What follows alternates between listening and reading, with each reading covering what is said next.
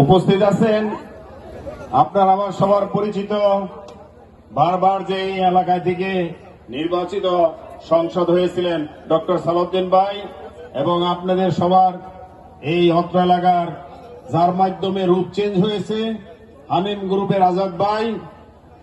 আমিও তার সাথে সাথে বহুত আগে এই নিশ্চিন্তপুরের পিছনে একটা জায়গা কিনছিলাম, ওই জায়গার দামও ছিল এরকম 5 লাখ টাকা বিঘা। আজকে থেকে বহুত আগে আসছে এখানে। তারপরে আমার একটা বড় ফ্যাক্টরি আছে সাভারে, হেমায়তপুরের ওইদিকে উলাইলে, ওইখানে একখানে আছে প্রায় 25,000 লোক।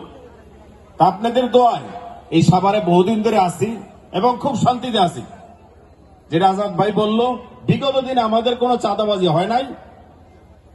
মাঝখানে আপনারা জানেন এই স্বৈরাচারী সরকার আসার পরে অনেক কষ্ট দিয়েছে আমাদেরকে। এমন কোন ফ্যাক্টরি নাই জুট নিয়ে ঝামেলা না করছে, কিন্তু আমি একমাত্র ব্যক্তি চেষ্টা করছি কিভাবে প্রতিরোধ করা যায়, পিটাইছিও। কেন আমার ফ্যাক্টরিতে সবসময় গজারির লাকড়ি 2-1000 থাকে, কিন্তু লাস্টে পারি নাই। কি মার্ডার কেসের আসামি করছে, তখন বাধ্য হয়েছি তাদের সাথে কম্প্রোমাইজ করার জন্য। আজকে এই দেশ স্বাধীন হয়েছে ছাত্র জনতার রক্তের বিনিময়ে। আমরা তাই খোলা আকাশে কথা বলতে পারতেছি। 16 বছরে সুযোগ হয় না এইভাবে খোলা আকাশে কথা বলার জন্য। আমরা সবাই আল্লাহর নিকট প্রার্থনা করি আল্লাহ যেন আমাদেরকে এইভাবে কথা বলার সুযোগ দেয়। ছাত্র জনতা, এলাকার মুরব্বিয়ানরা, শ্রমিক ভাইরা, গার্মেন্টস মালিক ভাইরা, বিভিন্ন দলের নেতৃবৃন্দ, সবাইকে আমি অনুরোধ করব, বাংলাদেশের একমাত্র আয়ের উৎস গার্মেন্টস। আপনারা যদি ঠান্ডা মাথায় চিন্তা করেন, গার্মেন্টস চললে বাড়িওয়ালা ভাড়া পাবে, গার্মেন্টস চললে গাড়ি চলবে, গার্মেন্টস চললে দোকানদার চলবে, গার্মেন্টসের সাথে কোটি কোটি লোক ইনভলভ। আপনারা এখানে অনেক বিএনপির নেতৃবৃন্দ আছে, বিভিন্ন বক্তারা বক্তৃতা দিলেন। আমার ভাই সালাউদ্দিন ভাইয়ের ছোট ভাই বারবার এই এলাকা থেকে নির্বাচিত চেয়ারম্যান হয়েছেন, সেও একটা ভালো বক্তৃতা দিচ্ছেন। আমিও 2 দিন আগেও সালাউদ্দিন ভাইয়ের বলছি যে আপনি যদি ঠিক হন, এতদিন স্বৈরা শাসনের জন্য কথা বলতে পারেন নাই, এখন কিন্তু কথা বলার সুযোগ হয়ে গেছে। আপনার যারা বিএনপি ওয়ার্ড পর্যায়ের নেতারা আছে, তারা যদি দেখে যে এই ওয়ার্ডের কে সন্ত্রাসী, এখনো কি এই আওয়ামী লীগের, এই স্বেচ্ছাসেবক লীগ, ছাত্রলীগ, যুবলীগ আমাদের মাঝে দুইবা আছে, আমাদের মাঝে দুইটা রয়েছে, তাদেরকে কি আমরা বের করতে পারি না? আমার শ্রমিক ভাইরা বলবেন, আপনাদেরকে দাবি দিলেই বলেন হয়তো যে এই শ্রমিক লীগ, ছাত্রলীগ।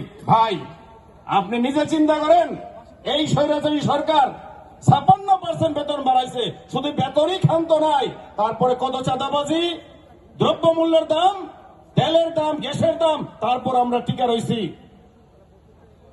আজকে বলতে দুই জানাই, বহুত রক্তের বিনিময়ে দেশ স্বাধীন হওয়ার পরে এতদিন আপনাদের কোনো দাবি ছিল না।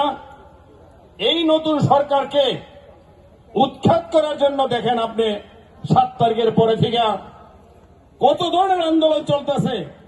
রিক্সাওয়ালা একটা হলো পেট পায়ে চালায়, আর একটা হলো মেশিনে চালায়, এটার ভিতরে ষড়যন্ত্র, আনসারের ভিতরে ষড়যন্ত্র। তাহলে গার্মেন্টসের তো আমাদের এখন যারা কমপ্লায়েন্সের কাজ করি, আগে হাজার হাজার ফ্যাক্টরি ছিল, এখন কিন্তু হাজার হাজার ফ্যাক্টরি নাই, ফ্যাক্টরি অনেক কমে গেছে। এখন যারা কমপ্লায়েন্স মানে কি, বায়াররাই আমাদেরকে দিক নির্দেশনা দেয় কিভাবে ফ্যাক্টরি চালাইতে হবে, কিভাবে শ্রমিকের মজুরি দিতে হবে। আমরা কিন্তু সব জিনিস পুঙ্খানুপুঙ্খানুভাবে হিসাব দিতে হয় ভাই, তারপরে ফ্যাক্টরি চালানো যায়। এরপরে যদি কোন ফ্যাক্টরি সমস্যায় পড়ে সেটা দেখতে হবে। আপনারা আমরা সবাই, আমি সবসময় বলি, আমার ফ্যাক্টরি আল মুসলিম পরিবারের লোক, আমি কখনোই শ্রমিক বলি না, আমি সবাইকে আমার মেয়ে বা ছেলের মতো দেখি। আমি 2 দিন আগেও কথা বলছি যে বাবারা, নামাজ পড়ো, আল্লাহটাই চাও, তোমার চাহিদা আমার চাহিদা জীবনও পূরণ হবে না। তুমি 5,000 থেকে 15,000 হইছ, চাহিদা পূরণ হয় নাই। আমি 1 কোটি থেকে 2 কোটি টাকার মাসে কামাই, আমার চাহিদাও শেষ নাই। পৃথিবীর সবচেয়ে যে বড় ধনী, তারও চাহিদা শেষ নাই। চাহিদা পূরণ করবো কে? আল্লাহ। আমি তোমার 2,000 টাকা যায় 5,000 টাকা বেতন বাড়াবো, কিন্তু এই পেটে কিছু হবে না। হক হালালের পয়সা খাও, হক হালালে কাজ করো, আল্লাহ বরকত দিবে। দেওয়ার মালিক আল্লাহ, আল্লাহটাই তাকাও। এখনো সময় আছে, বোঝার চেষ্টা করো।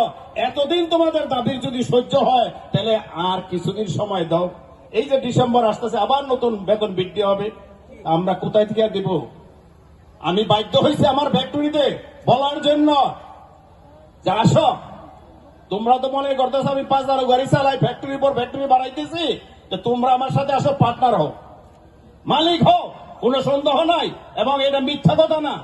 এই ফ্যাক্টরি থেকে যে লাভ হবে সেটা তুমি নিবে, আমিও নিব। আর যদি মনে চাও আমারে দিও না, তোমরাই চালাও। তবুও বাবারা, মারা, সুন্দর মতন কাজ করো, দেশ শান্তি হোক, দেশের মানুষ ভালো থাকুক। আল্লাহ কেউ সম্মান দিলে কেউ সম্মান নিতে পারে না, আল্লাহ রিজিক দিলে কেউ রিজিক নিতে পারে না। আমি কোন রিজিকের মালিক দাতা নই, আমার সবার মালিককে আল্লাহ। আল্লাহর উপরে ভরসা রাখতে হবে।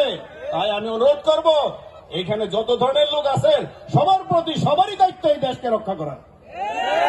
আপনারা এখানে বিভিন্ন নেতারা আছেন, ঢাকা ডিভিশন না সারা বাংলাদেশে আমার নেতা তারেক রহমান ঘোষণা দিয়েছেন যে এখন কোন দলীয় ব্যাপার না, দেশ গড়ার জন্য আপনারা যে যেখানে আছেন কাজ করেন। আমরা কাঁধে কাঁধ মিলে এই স্বৈরাচারী সরকারকে উৎখাত করছি। আমরা চাই না খালকাইটা যেন কুমির না ডাকি। আমাদের দরকার